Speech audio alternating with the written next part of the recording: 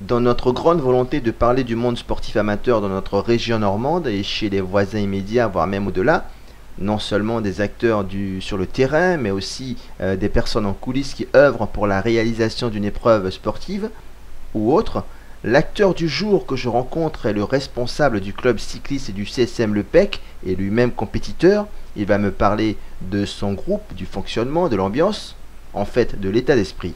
Rendez-vous donc avec Charles Dauphin. Travaille à Saint-Cloud. Est-ce que tu es natif d'Argent parisienne? Oui, j'ai pas beaucoup bougé, je suis né à Saint-Cloud, je vis à Saint-Mandrin-Bretèche dans les Yvelines. Et là, tu es dans mon bureau, tu as la gentillesse de te déplacer. Ça me permet de faire une petite parenthèse qui n'était pas prévue. Au nom de tous, je te remercie des reportages que tu fais sur le sport amateur, parce que moi je te suis depuis un petit moment maintenant. C'est toujours sympa d'avoir quelqu'un qui vient filmer, qui prend une après-midi, un dimanche, qui quitte probablement son environnement familial et qui fait un reportage sur les vainqueurs, quel que soit le sport. Je t'ai vu faire du volley, je t'ai vu faire du vélo, je t'ai vu faire de la gym. Merci, parce que c'est toujours extrêmement agréable après de se revoir et puis d'échanger entre nous. Merci bien, c'est une passion et c'est un plaisir de présenter les sportifs amateurs. Natif de Saint-Cloud, est-ce que tu as bougé un petit peu à l'intérieur du pays pour travailler ailleurs? Oui, j'ai pas mal bougé lorsque j'étais plus jeune, hein, lorsque j'avais entre 20 et 28 ans, et je me suis lancé à mon compte, j'avais 29 ans.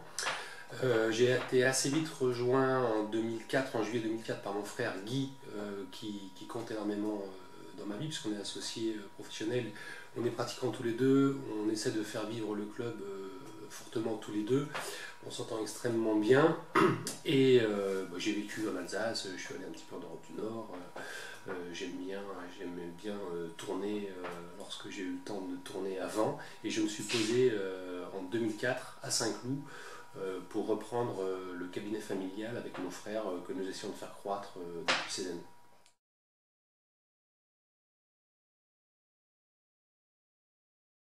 Les choses sont ainsi, Charles est à la tête de son club administrativement parlant si je puis dire, ceci dit il est le président, oui mais écoutez sa réponse.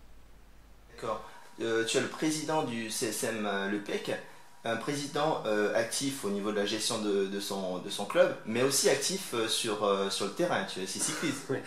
Alors, il y a quelque chose qui me tient à cœur, c'est ces titres de président, de secrétaire, de vice-président. Lorsqu'on est dans une petite association sportive comme la nôtre, puisqu'on a 40 membres, certes, il y a l'administratif et la logistique pour lequel il y a des titres, mais en fait, on est président de pas grand-chose.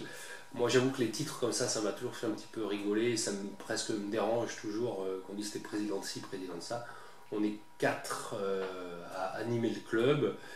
Pascal, Franck, Guy et moi, on aime beaucoup ce club, on aime beaucoup les gens qui y sont, on se donne du mal et entre nous il n'y a pas de hiérarchie et il n'y a pas de poste honorifique, on est des gentils organisateurs. On ne parle pas de président, on parle de responsable de club. Ouais, alors. responsable de club. Ça fait combien d'années que tu es responsable? C'est ma 4e année, le PEC c'est un club qui a été monté en 1998 par Pierre Barbet, qui est un homme formidable, et puis qui est parti, qui a quitté la région parisienne. Donc se sont succédés que des gens très investis, Pierre Barbet, Patrick Bouchardon, Éric Bonneau, David Hervieux, Nicolas Saudray, que des gens qui voulaient beaucoup de bien au club. Et puis tu sais comment c'est dans un petit club, il y a des gens qui arrêtent le vélo, il y a des gens qui partent ailleurs, et on s'est retrouvés en 2012. On était plus que 4-5 et clairement le club allait plus très bien et on s'était posé la question de savoir si on continuait ou si on arrêtait. Et on a voulu, les quatre anciens combattants du club, continuer parce que c'est plus facile d'aller dans un autre club que de se relever les manches. Et surtout, si on arrêtait, une course mourrait. Et des courses, il n'y en a déjà pas beaucoup. Et cette idée-là nous embêtait beaucoup puisqu'on a une course par an qui est la course de Maule au mois de septembre. Qui est maintenant assez reconnue et on voulait la garder avec nous.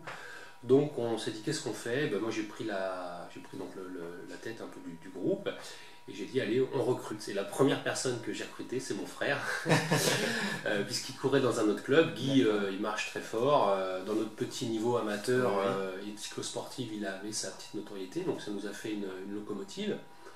Et je crois que c'est la seule fois où on a recruté, c'est-à-dire que je suis allé trouver les gars contre qui je courais depuis des années en leur disant bah voilà, on essaye un peu de relancer le club, est-ce que ça vous intéresse de venir? Qu'est-ce que tu as mis et qu'est-ce que tu leur as dit pour qu'ils viennent chez toi, pour qu'ils viennent au CM Le Pec? On a créé une sorte d'ADN du club, c'est-à-dire qu'on n'a pas d'argent, on est des gens bien sûr, on fonce des portes ouvertes absolument pas payés, l'aspect matériel ne coûtait rien, on n'avait pas de sponsor, on n'avait rien du tout.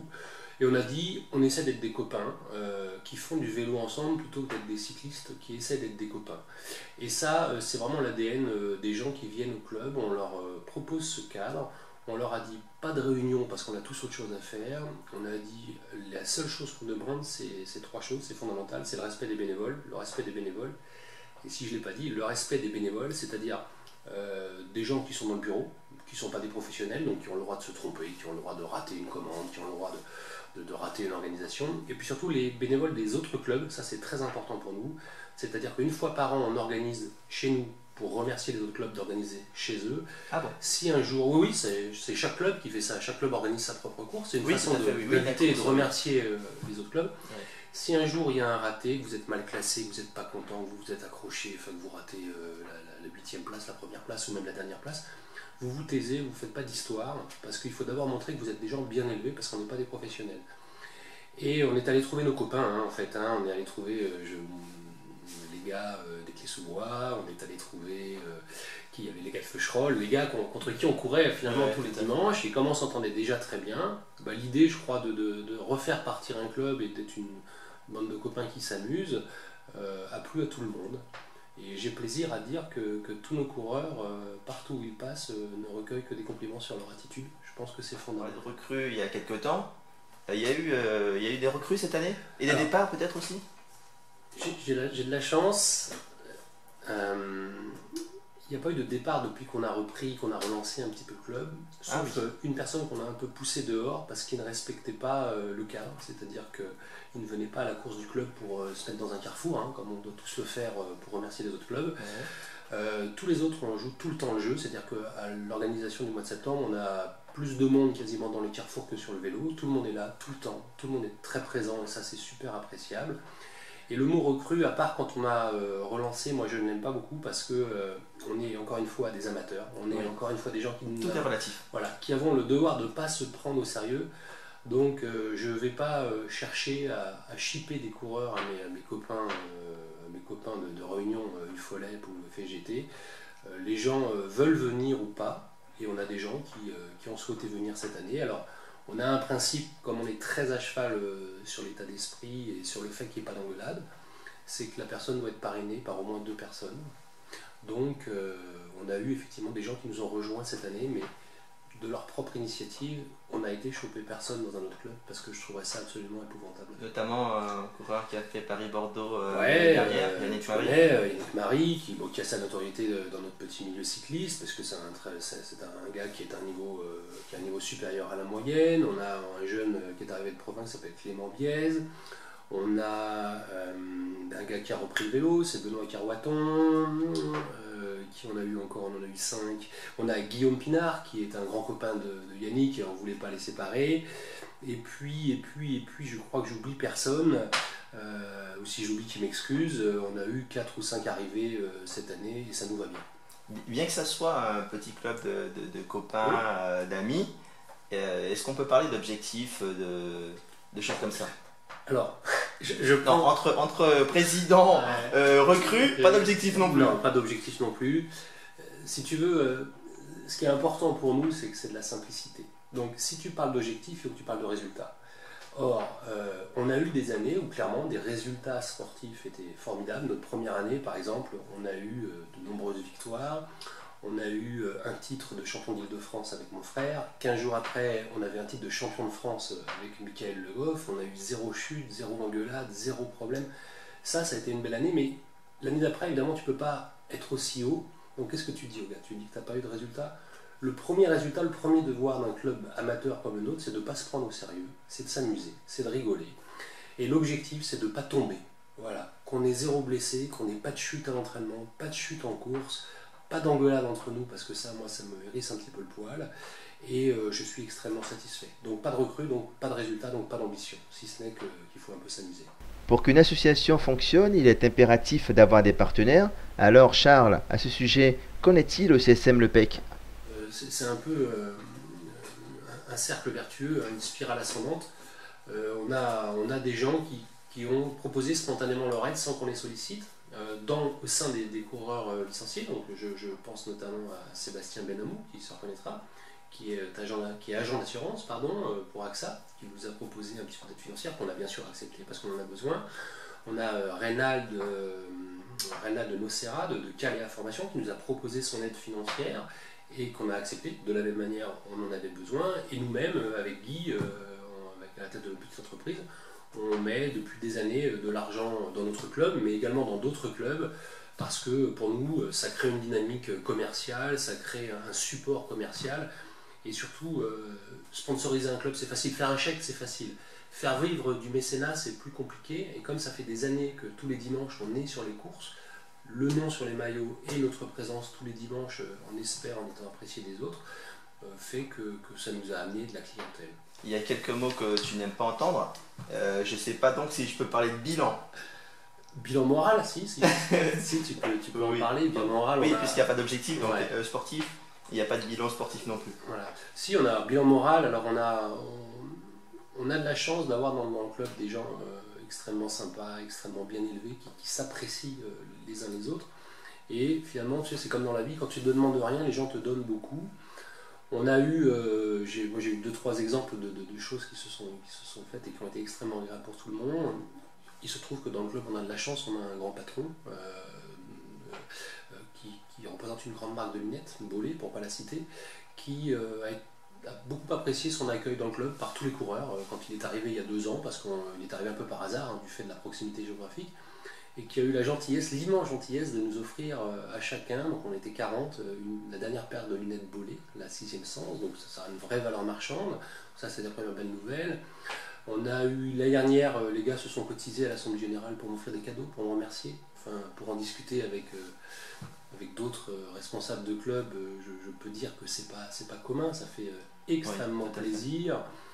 On partage beaucoup tous ensemble sur la page Facebook du club, on s'appelle beaucoup, il y a beaucoup de SMS toute la semaine. C'est une petite communauté qui vit bien, qui s'entend bien, et je crois que le bilan principal il est là, il n'est pas ailleurs.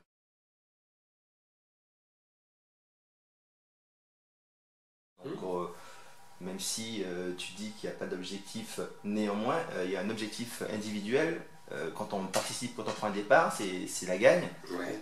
Comment se passe l'entraînement, les prémices de la gagne, on va dire, les entraînements au CSM Le Pec? Alors, l'entraînement d'un club de vélo, c'est un peu l'anarchie, ça a toujours été l'anarchie. Je crois qu'on a tous un fantasme d'entraînement parfait. Or, dans un club de vélo, en fonction de l'année, en fonction du moment dans l'année, on n'a pas tous les mêmes niveaux, pas tous les mêmes moyens, pas tous les mêmes ambitions, pas tous les mêmes entraînements. Donc, je crois que l'hiver, il est là surtout pour souder un petit peu un groupe. Donc, nous, on a décidé une bonne fois pour toutes, il y a 4 ans, de dire voilà, il y a un point de rendez-vous, vient qui veut. Voilà, si vous venez pas, c'est pas grave. De temps en temps, vous donnez de vos nouvelles. L'entraînement, c'est pas fait pour se tirer dessus les uns les autres. C'est fait pour parler, c'est fait pour faire connaissance. Donc l'entraînement parfait avec des exercices, il n'existe pas. Chacun y amène quelque chose. On s'attend, c'est la règle. D'accord, on peut accélérer 5-6 km comme le font tout le monde. Mais à un moment ou l'autre, il y a des points de ralliement. On s'arrête et on attend tout le monde et on rentre tous ensemble. Donc les entraînements, je vais te dire, c'est un peu le joyeux bordel. Et c'est très bien comme ça. Il ne faut pas que ça change. Parce qu'encore une fois, l'idée forte, c'est que si je commence à te dire, voilà, on se prend au sérieux, on a un entraîneur, c'est rationnel. Tous, on a 35 ans passés. Je pense que les vrais champions, on les a vus la semaine dernière à Saint-Quentin sur le Vélodrome. Les vrais champions, ils ont entre 18 et 30 ans et ils sont sur les classiques et sur le Tour de France. Ils ne sont pas dans une course IFOLEP, FSGT, même FFC de bas niveau. Et je crois qu'on a pour le devoir tous de ne pas se prendre au sérieux parce qu'on a gagné une petite course du dimanche. Tu m'as parlé de points de ralliement, ça se passe où en hiver pour vous? Vers Ben, à côté de Ben, à côté du vol à voile, on appelle ça. Ouais. C'est un point à proximité. On essaye d'avoir un point de rendez-vous à peu près pratique pour tout le monde. Bien qu'il y en ait qui viennent d'un petit peu plus loin, mais on est toujours, on est entre 10 et 20. Il y a eu des dimanches, on était 25, c'était formidable. Mais il faut tolérer que tout le monde n'ait pas la même motivation, envie de courir dans le froid. la piste à eau verte pour beaucoup d'entre nous juste à côté de chez nous, donc c'est un excellent substitut pour lorsqu'il gèle, lorsqu'il pleut, lorsqu'il fait très froid. Donc c'est un peu la belle auberge espagnole d'entraînement. D'accord. J'ai rencontré 2 coureurs de ton club, Yannick et Reynald. Ouais. Ils m'ont tous parlé de l'ambiance, la sympathie du club. Tu confirmes? Oui, je confirme. Enfin, tu m'en as déjà dit un petit peu, mais la question est directe. Oui, je confirme. Et le jour où ça sera plus le cas, moi j'arrêterai. Voilà, parce que dans notre vie professionnelle, dans nos vies personnelles, on peut avoir des tensions, on peut avoir des charges de travail importantes, on peut avoir plein de choses à faire, plein de choses à penser. Le sport, c'est transversal à nous tous. On est tous différents, mais c'est quelque chose qui est transversal. Et on y vient pour un ensemble de raisons que moi j'identifie dans le vouloir de garder la forme, rester jeune, ressentir des sensations d'enfant. Hein, quand on faisait la course, quand on courait tous ensemble dans la cour, le premier qui avait touché le mur, je crois que c'est ça. De ressentir peut-être ce que ressentent les champions, à plus faible intensité. Et puis, d'une façon générale, dans notre club, c'est une très bonne ambiance, mais quand tu vas sur les courses, c'est souvent une très bonne ambiance. Dans le peloton, il y a une bonne ambiance. Le peloton, c'est un groupe qui est capable de se discipliner lui-même, qui est capable de châtier un cycliste individuel lui-même. Et je crois que tous, on a compris qu'on n'était pas là pour se faire la guerre, mais qu'on devait s'amuser tous ensemble et pas les uns contre les autres. Alors des fois, bien sûr, on est deuxième, on est battu, des fois on se fait sortir, on est déçu, mais globalement, quand vous rentrez chez vous et que vous avez transpiré et que vous avez évacué un peu d'agressivité, on se sent plutôt pas mal. Est-ce que donc, l'entraînement sert aussi à préparer les coureurs, même si, comme tu dis, il n'y a pas un objectif majeur de gagner à chaque fois, mais peut-être que les entraînements servent aussi à mettre ça dans la tête que quand on a un coureur devant, on n'essaie pas à tout prix d'aller gagner. Oui, alors c'est deux choses un petit peu différentes. L'entraînement où les sachants expliquent les choses peut-être à des débutants ou à des gens moins forts ou se mettent à leur service. Ou un rappel. Ou pardon? Un rappel. Oui, pour leur faire un rappel de ce qui se fait, de ce qui se fait pas en course, de ce que c'est une course d'équipe. Oui. Alors nous, on a quelques mecs qui savent vraiment qui savent faire du vélo. Voilà, c'est des gars qui savent faire du vélo. Mais tu parlais de Yann, tu peux parler de Mika, tu peux parler de Goff, tu peux parler de mon frère, tu peux parler de Reynald. On se met tous spontanément au service des uns des autres quand on est en course. Alors même qu'on a un petit niveau, on applique les fondamentaux. Les fondamentaux, c'est on ne roule pas sur quelqu'un qui roule. Ça, c'est juste fondamental. On est là pour s'amuser, on n'est pas là pour dire bah, moi j'ai gagné 15 courses cette année, j'aurais pu en gagner 17. Il y a des gens qui n'ont jamais gagné une course de vélo de leur vie, hein, et qui en font toujours. Et qui en font tout le temps et qui aiment ça. Je pense que c'est plus glorieux de laisser gagner encore une fois ce qui est une petite course. Hein. Quand tu sois en première FOLET, 3 Jet FFC ou première FIGT, ça reste que des petits niveaux. Hein. Ouais, bien sûr. Donc il y a de la gloire à laisser gagner quelqu'un qui a jamais gagné. On s'en fout du résultat. Le but, c'est avant tout de s'amuser, c'est de pas tomber.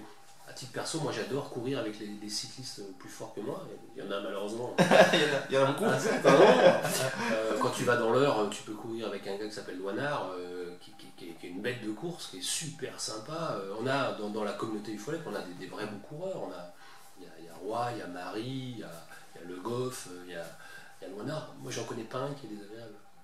Tous ils sont plutôt généreux et ils partagent. Et quand ils peuvent t'aider, ils t'aident. Voilà. Alors bien sûr, ils claquent 10 courses par an, mais ils en claquent 10, ils pourront en claquer plus. Hein. C'est une certitude. Quel terme, quel mot, si on peut dire en un mot, comment tu qualifies ton club ou en une phrase L'ADN du club, c'est essayons d'être des copains qui font du vélo ensemble et pas des cyclistes qui essaient d'être des copains. C'est-à-dire que le but c'est de bien s'entendre. Comme on s'entend bien, on va faire du sport ensemble, mais c'est pas le sport qui nous réunit.